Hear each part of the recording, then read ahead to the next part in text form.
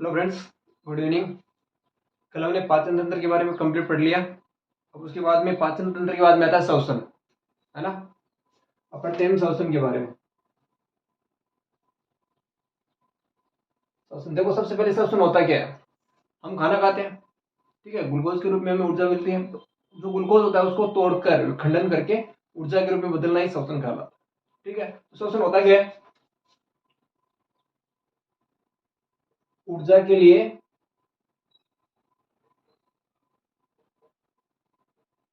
Glucose का विखंडन, विखंडनी श्वसन की क्रिया कहलाती है। ठीक है, अब ग्लूकोज का विखंडन कैसे होगा। नॉर्मली देखते हैं ग्लूकोज का विखंडन दो तीन प्रकार से होता है ना। कैसे होता है, सबसे पहले आपको ये बताना चाहिए ग्लूकोज होता है क्या है। देखो, ग्लूकोज का विघटन सीधा पढ़ रहे हैं ना। ग्लूकोज ग्लूकोज होता क्या है। ग्लूकोज का फॉर्मूला बता देता हूँ आपको, है ना, ध्यान में रखना। ग्लूकोज का फॉर्मूला होता है C6H12O6। ठीक है, ये ग्लूकोज का फॉर्मूला होता है, इसको ध्यान में रखना। ग्लूकोज का विखंडन, ग्लूकोज का विखंडन कैसे करेंगे। देखो, ग्लूकोज का विखंडन हम तीन प्रकार से कर सकते हैं। मानव में ग्लूकोज का विखंडन तीन प्रकार से होता है। ठीक है, तो सबसे पहले ये होता है किसमें, कोशिका द्वार में करेंगे। ठीक है, तो ग्लूकोज का विखंडन किसमें करेंगे, मैं लिख रहा हूं, ये ग्लूकोज है, इसका विखंडन कर रहे हैं। तो ग्लूकोज दिख रहा है ना, C6H12O6, इसका विखंडन कर रहे हैं। ग्लूकोज का विखंडन किसमें होगा, कोशिका द्वार में।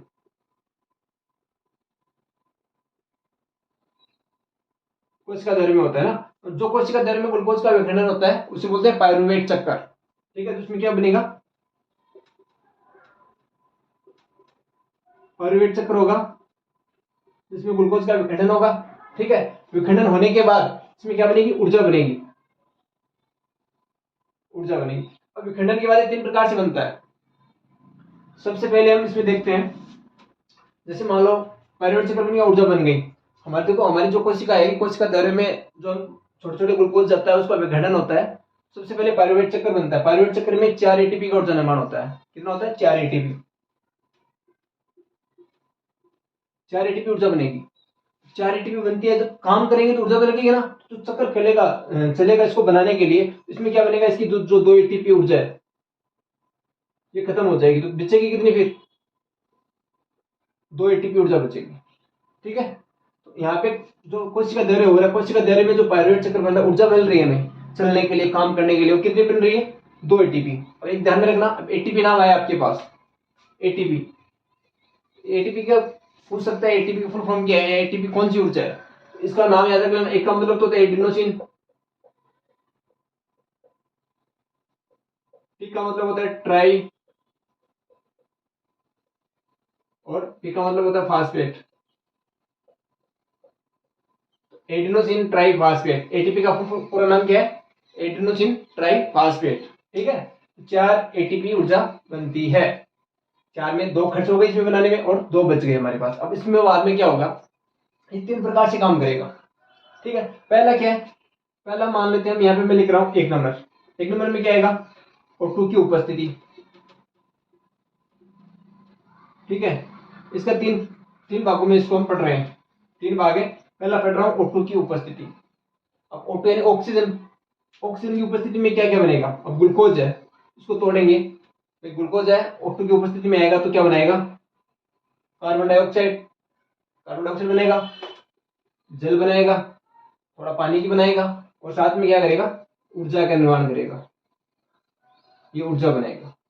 इतना काम करेगा, जब ऑक्सीजन मिल जाएगी ना, भरपूर ऑक्सीजन मिलेगी, ऑक्सीजन की मात्रा फुल होगी, इतना काम करेगा। कार्बन डाइऑक्साइड बनाएगा, जल बनाएगा, और ऊर्जा का निर्माण करेगा। और ये सारी क्रिया किसमें होगी, माइटोकॉन्ड्रिया में।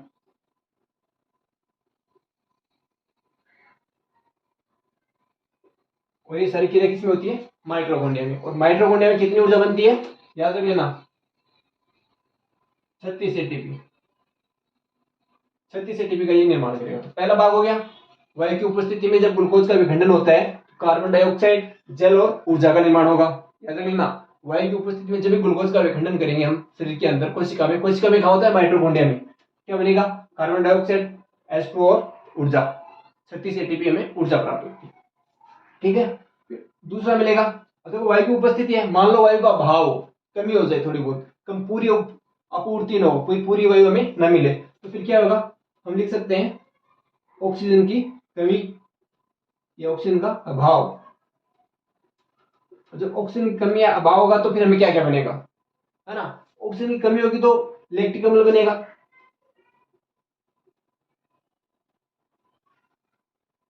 लैक्टिक अम्ल बन जाएगा, और साथ में क्या बनेगी, ऊर्जा। अब ऑक्सीजन की कमी रहेगी, अगर ऑक्सीजन की आपूर्ति नहीं होगी तो लैक्टिक अम्ल बनेगा, और लैक्टिक अम्ल बनने के और साथ में ऊर्जा का निर्माण करेगा। और ये सब किस में होता है, जो हमारी पेशी ग्रंथि नहीं होती है, पेशी कोशिका होती है, जहाँ पे जॉइंट पाया जाता है, जॉइंटों में, वहां पे ये किस में होता है, पेशी कोशिका में, पेशी कोशिका में, ठीक है। इसमें 2 एटीपी का निर्माण होगा ऊर्जा का। फिर तीसरा आएगा, अब देखो पहले फुल थी वो ऊर्जा, हमारे पास क्या थी, ऑक्सीजन एकदम फुल थी, मतलब भरी हुई थी, उपस्थिति थी पूरी, कमी हो गई। अब मान लो ऑक्सीजन बिल्कुल भी ना हो, ऑक्सीजन है ही नहीं, तो ऑक्सीजन की अनुपस्थिति कर सकते हैं ना, अनुपस्थिति, मान लो ऑक्सीजन है ही नहीं हमारे पास, तो क्या होगा, ऑक्सीजन की अनुपस्थिति रहेगी तो इसमें क्या बनेगा, इथेनॉल बनाएगा, इथेनॉल, इथेनॉल जानते हो ना, मैथ एथ प्रो ब्यूट, वो इथेनॉल बनेगा। फॉर्मूला क्या होता है, नहीं पता, इथेनॉल का फॉर्मूला होता है CH3 CH2OH, ध्यान में रख लेना, इथेनॉल, ठीक है। इथेनॉल बनेगा, और इथेनॉल के बाद में क्या बनेगा, कार्बन डाइऑक्साइड और ऊर्जा बनेगा। और ये किसमें होगा, ये जो आपका यीस्ट नामक जीव है उसके अंदर होते हैं सारी चीजें। इसमें कितनी बनती है, इसमें 2 एटीपी ऊर्जा बनती है, 2 एटीपी ऊर्जा बनती है, और इसमें ये हो गया। अब पूछे आपको ग्लूकोज का विखंडन क्यों सुना सकता है, मानव श्वसन में ग्लूकोज का विखंडन किस प्रकार होता है, समझो तो पूरा डिटेल बताना आपको। श्वसन क्या होता है, ऊर्जा के लिए जो ग्लूकोज का विखंडन होता है उसकी श्वसन कहलाता है, कोशिका के अंदर होता है सारी चीजें। ग्लूकोज का विखंडन कैसे, ग्लूकोज का विखंडन कोशिका द्रव्य में होता है, कोशिका द्रव्य में होगा तो यहाँ पे 2 कार्बन 6 रहेंगे, कार्बन यहाँ पे लिख सकते हो, कार्बन की संख्या 6 है, ठीक है। इसमें कोशिका द्रव्य में सबसे पहले क्या आएगा, पायरुवेट चक्र आएगा। पायरुवेट चक्र में क्या बनेगी, ऊर्जा बनेगी। ऊर्जा कितनी बनती है, 4 एटीपी ऊर्जा बनती है। और लेकिन जो इस मेहनत कर रहे हैं, चक्कर चलेगा, उसमें 4 में से 2 ऊर्जा तो इसमें खत्म हो जाएगी, बचेगी कितनी, 2, 2 एटीपी बनेगी। तो 2 एटीपी बचती है, तो एटीपी का फुल फॉर्म क्या होता है, एडिनोसिन ट्राइफॉस्फेट। ये एडिनोसिन ट्राइफॉस्फेट ग्लूकोज का विखंडन होता है। अब वो 3 प्रकार का होता है, O2 की उपस्थिति, O2 की कमी या अभाव, या O2 की अनुपस्थिति। O2 का मतलब होता है ऑक्सीजन, ऑक्सीजन की उपस्थिति, ऑक्सीजन की कमी या अभाव, या ऑक्सीजन की बिल्कुल भी अनुपस्थिति। उपस्थिति और अनुपस्थिति और कमी हो गई, क्या बनेगा, CO2 H2 और ऊर्जा, लैक्टिक अम्ल और ऊर्जा। ये आपको चीजें ध्यान में रखनी है, ठीक है। इतनी थोड़ा सा ध्यान में रखना है, इस चीज को बारे में हो जाएगा। अब इसके बाद में कोशिका में देखो क्या पढ़ा, इसी चीज को हम थोड़ा डिटेल में लिख लेते हैं ना, कैसे लिखेंगे, इसी का दूसरा क्वेश्चन बन सकता है। अब देखो एक तो क्या बन रहा है, ऑक्सीजन की उपस्थिति आ रही है, कमी या अभाव, मतलब कमी आ रही है ना, इसको 2 भागों में बांट के हम पढ़ेंगे आगे, ध्यान में रखना।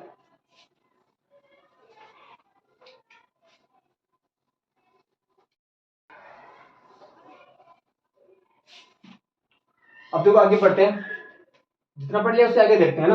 अब ग्लूकोज जो ऑक्सीजन हो रहा है, विखंडन हो रहा है, 2 प्रकार से होगा श्वसन में। एक तो किस प्रकार से हो सकता है, एक तो वायवीय हो सकता है, एक तो वायवीय श्वसन हो सकता है, क्यों, ऑक्सीजन की उपस्थिति में किया ना, वायवीय हो सकता है, और एक हो सकता है अवायवीय, एक होता है अवायवीय श्वसन। इतना ध्यान में रखना है, दोनों को डिवाइड करना है आराम से, जो पढ़ा है ना उसी के रूप में लिखेंगे। अब देखो इसमें क्या पढ़ा, सबसे पहले हमने देखा ना, इसमें इसमें क्या देखा, हमने देखा कि O2 की उपस्थिति में, ये किस में होता है, ऑक्सीजन की उपस्थिति में होता है, ठीक है। इसमें क्या पढ़ा, ये ऑक्सीजन की अनुपस्थिति में होता है,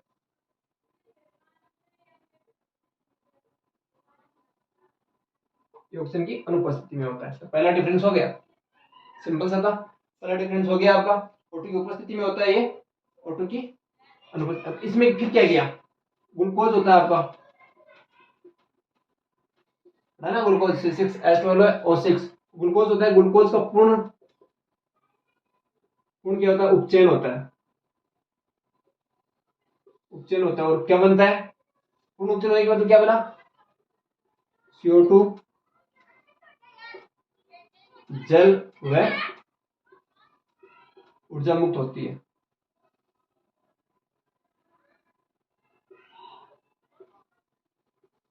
वीक नहीं हुई। इसमें क्या पड़ा,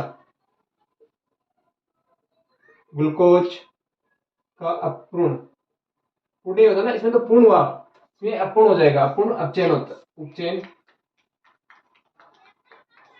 होता है। और क्या बनता है, अपूर्ण हुआ तो क्या बनेगा, एक इलेक्ट्रिक अम्ल बन रहा है आपका, इलेक्ट्रिक अम्ल बन रहा है। एक क्या बन रहा है, इथेनॉल,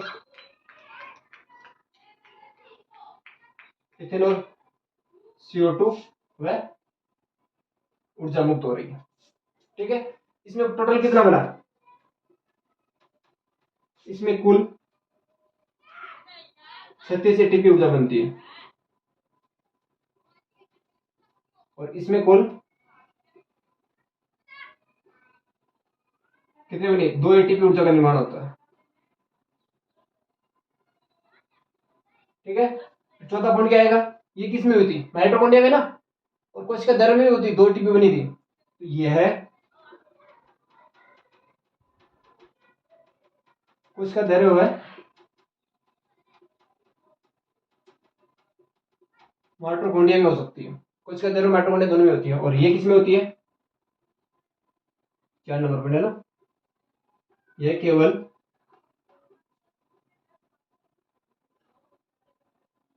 कोशिका द्रव्य में होती है। ये 4 पॉइंट याद रखने, 5 एग्जाम्पल दे सकते हो आप, एग्जाम्पल जैसे मानव, और इसका 5वां एग्जाम्पल हो गया ये लो ईस्ट हो गया, इतना ध्यान में रखना है। वायवीय और अवायवीय श्वसन में अंतर बता सकते हो, पायरुवेट चक्र बता सकते हो, ये श्वसन के बारे में इतना हो गया। अब हम पढ़ेंगे इसके बारे में, जिसमें जो आगे आएगा श्वसन तंत्र, मानव में हम श्वास कैसे लगते हैं, मुख से लेते हैं, फेफड़े में जाता है, वायु कुपिका में आगे कैसे जाए, उसके आगे डिटेल पढ़ चुके हैं पहले से, है ना, अब वो आगे देखते हैं। ठीक है, मानव में नेक्स्ट पढ़ेंगे मानव में श्वसन कैसे होता है।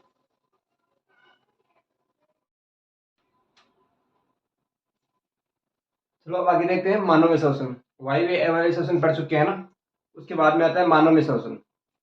देखो मानव में श्वसन, नाक से हम श्वास लेते हैं, हम कैसे सांस लेते हैं उसके बारे में। सबसे पहले एक छोटा सा डायग्राम है, इसमें देखते हैं ना, अब देखो इसमें कैसे कैसे जो देखेंगे ना वही करना है। सबसे पहले नामकरण करते हैं ना, नासाद्वार, नाक से सांस लेते हैं, नासाद्वार यहाँ पे आएगा, यहाँ पे एक ग्रसनी रहेगी, देखो ये ग्रसनी है,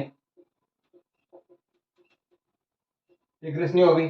अब देखो ये कंठ, यहाँ पे कंठ नहीं होता क्या अपना, कंठ लगा रहता है, ये कंठ है, कंठ के जस्ट पास में होता है उपास्थि वलय, उपास्थि वलय होता है। उपास्थि वलय काम क्या होता है, जब अंदर हम श्वास लेना वायु जाती है ना, तो उसका मार्ग निश्चित करना होता है, इसमें कोई बाधा न हो, आगे जाए, आगे कहाँ पे जाएगा, यहाँ पे श्वास नली है, श्वास नली के पास,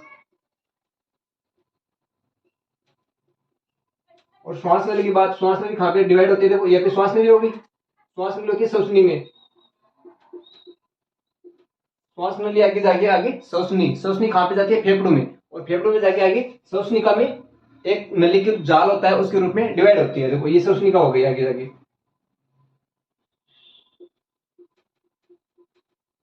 ये श्वसनिका, श्वसनिका कौन सी होती है, ये वाली, आगे देखो ये आगे आ रहे हैं डिवाइड हो रहे हैं ना, 1 2 3, यहाँ पे तो अलग अलग डिवाइड हो रही है इसमें, और इसके आगे होता है, ये होता है कुपिका,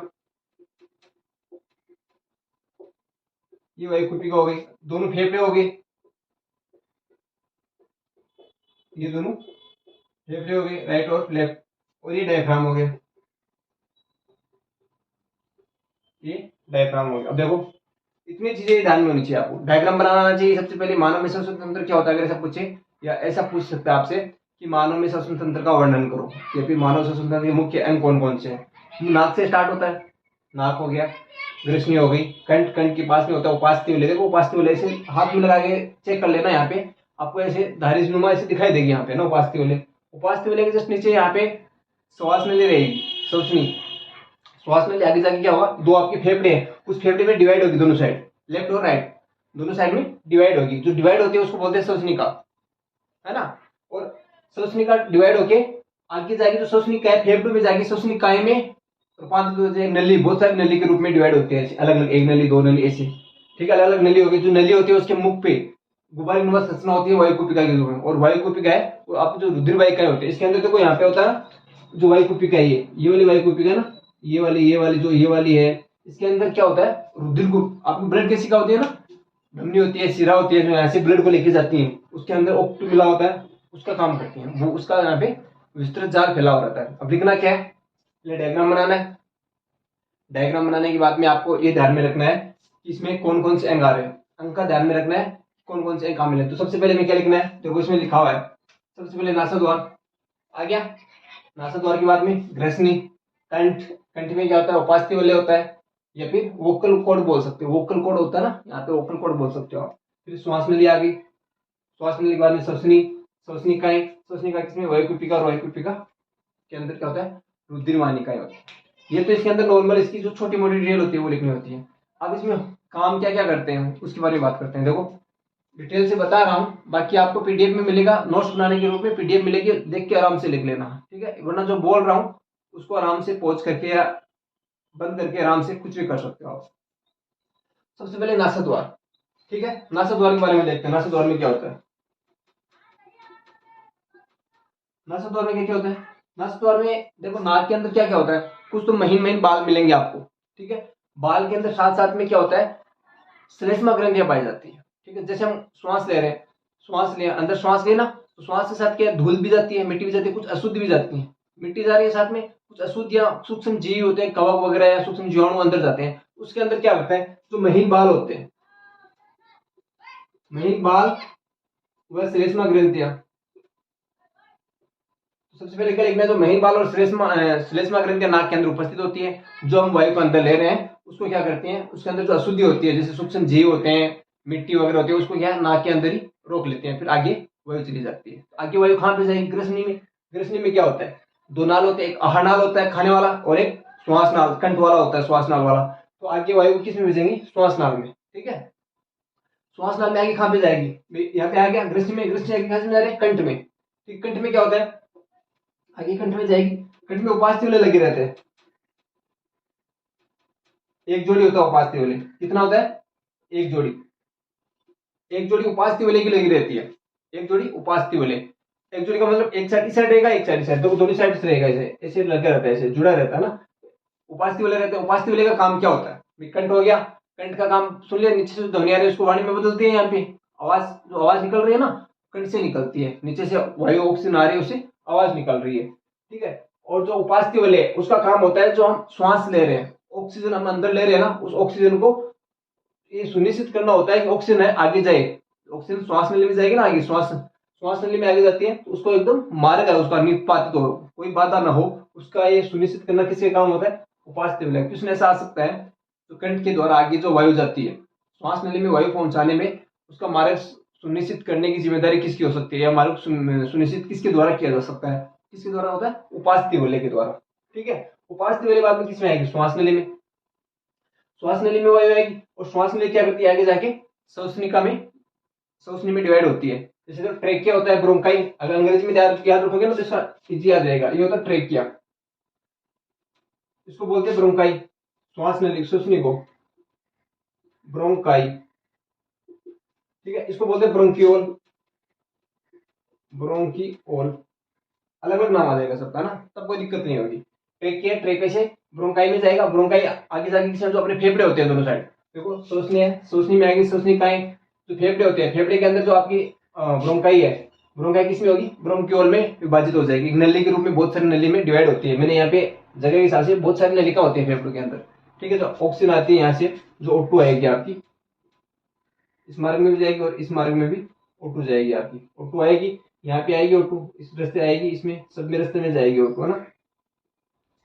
O2 जाती है, O2 जाने के बाद ब्रोंकियोल में जाएगी, ब्रोंकियोल के आगे क्या लगाता है, वायुकुपिका, गुब्बारे नुमा संरचना होती है, गुब्बारा फूला नहीं देखता क्या, उसकी नुमा संरचना होती है, गुब्बारे नुमा संरचना, उसमें क्या होता है, बहुत सारे जाल रहता है, किसका, ब्लड कैसी का, रुधिरवाहिनिका है, रुधिरवाहिनिका होती है धमनी और शिरा वगैरह, वो इसके अंदर बहुत सारी घुसी रहती है, वो क्या करते हैं, ऐसे घुसी रहती है इसके अंदर, मान लो यहाँ से ऐसे घुसी हुई है, O2 आएगा, O2 इसके अंदर जाएगा, गया कि नहीं गया, O2 जाएगा, तो O2 लेके कहाँ पे जाएंगे, कोशिका में, और कोशिका में हमने पढ़ चुका, पायरुवेट चक्र पढ़ा, अभी पहले पढ़ा ना, थोड़ी देर पहले पढ़ा है, पायरुवेट चक्र पढ़ा है। कोशिका दायरे में होता है, 4 एटीपी का निर्माण होता है, 2 उसमें खर्च हो जाती है, फिर माइटोकॉन्ड्रिया में जाता है ना, वो यहीं से लेके जाते हैं O2, ऑक्सीजन की उपस्थिति होती है ना, ऑक्सीजन कहाँ से जाती है, यहीं से जाती है वो, ठीक है। तो उसके अंदर फिर एनर्जी बनती है, ऊर्जा बनती है, ऊर्जा बनेगा तो CO2 बनती है ना, तो CO2 बनती है, वापस रुधिरवाहिनिका CO2 लेके किसके पास आएगी, भाई जो CO2 बन गई, CO2 बन के किसके पास आएगी, कोशिका में, यहाँ पे लाके छोड़ेंगे और यहाँ से क्या लेके जाएंगे, ऑक्सीजन लेके चले जाएंगे। क्या छोड़ा,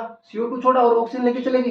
अब CO2 छोड़ दिया, CO2 का भार अधिक रहेगा, CO2 वापस किस में आएगी, ब्रोंक्यूल में, ब्रोंक्यूल से ब्रोंकाई, ब्रोंकाई से ट्रेकिया में आएगी और ट्रेकिया से कंठ के द्वारा होते हुए आपके नाक द्वारा हम श्वास वापस छोड़ते हैं। इसलिए जो हम श्वास लेते हैं, अंदर जो श्वास लिया वो क्या होती है, ऑक्सीजन, और जो श्वास वापस छोड़ रहे हैं वो क्या है, CO2, कार्बन डाइऑक्साइड छोड़ते हैं। अब इसमें सबसे बड़ी भूमिका किसकी होती है, श्वास लेने की क्रिया में क्या होता है, जब हम श्वास लेते हैं तो फेफड़े क्या करेंगे, ऑक्सीजन आएगी तो फेफड़े फूल जाएंगे, फूलेंगे कि नहीं फूलेंगे। जब हम श्वास ले रहे हैं, श्वास लेंगे तो श्वास लिया, पेट फूला, फेफड़े फूल गए ना, फेफड़े फूलते देखो ये डायफ्राम होता है ना डायफ्राम, ये क्या होगा, चपटा हो जाएगा, सीधा हो जाएगा। वजन पड़ेगा तो सीधा हो गया होगा, वजन पड़ेंगे आप पे या मेरे पे वजन पड़ेगा, हम सीधा हो जाएंगे ना। उसी प्रकार से वजन पड़ता है तो सीधा हो जाएगा। सीधा होने के बाद क्या करेगा, कुछ देर बाद में वो वापस अपनी ताकत लगाएगी, वापस उठेगा। जब जैसे उठेगा तो फेफड़े में वजन पड़ेगा, तो फेफड़े के अंदर CO2 भर गई, वजन तो रहेगा। अब ये आएगा तो फेफड़े क्या रहेंगे, वापस सिकुड़ेंगे, तो इसके अंदर क्या रहेगी, CO2, दबाव पड़ेगा तो CO2 बाहर भागेगी नहीं भागेगी।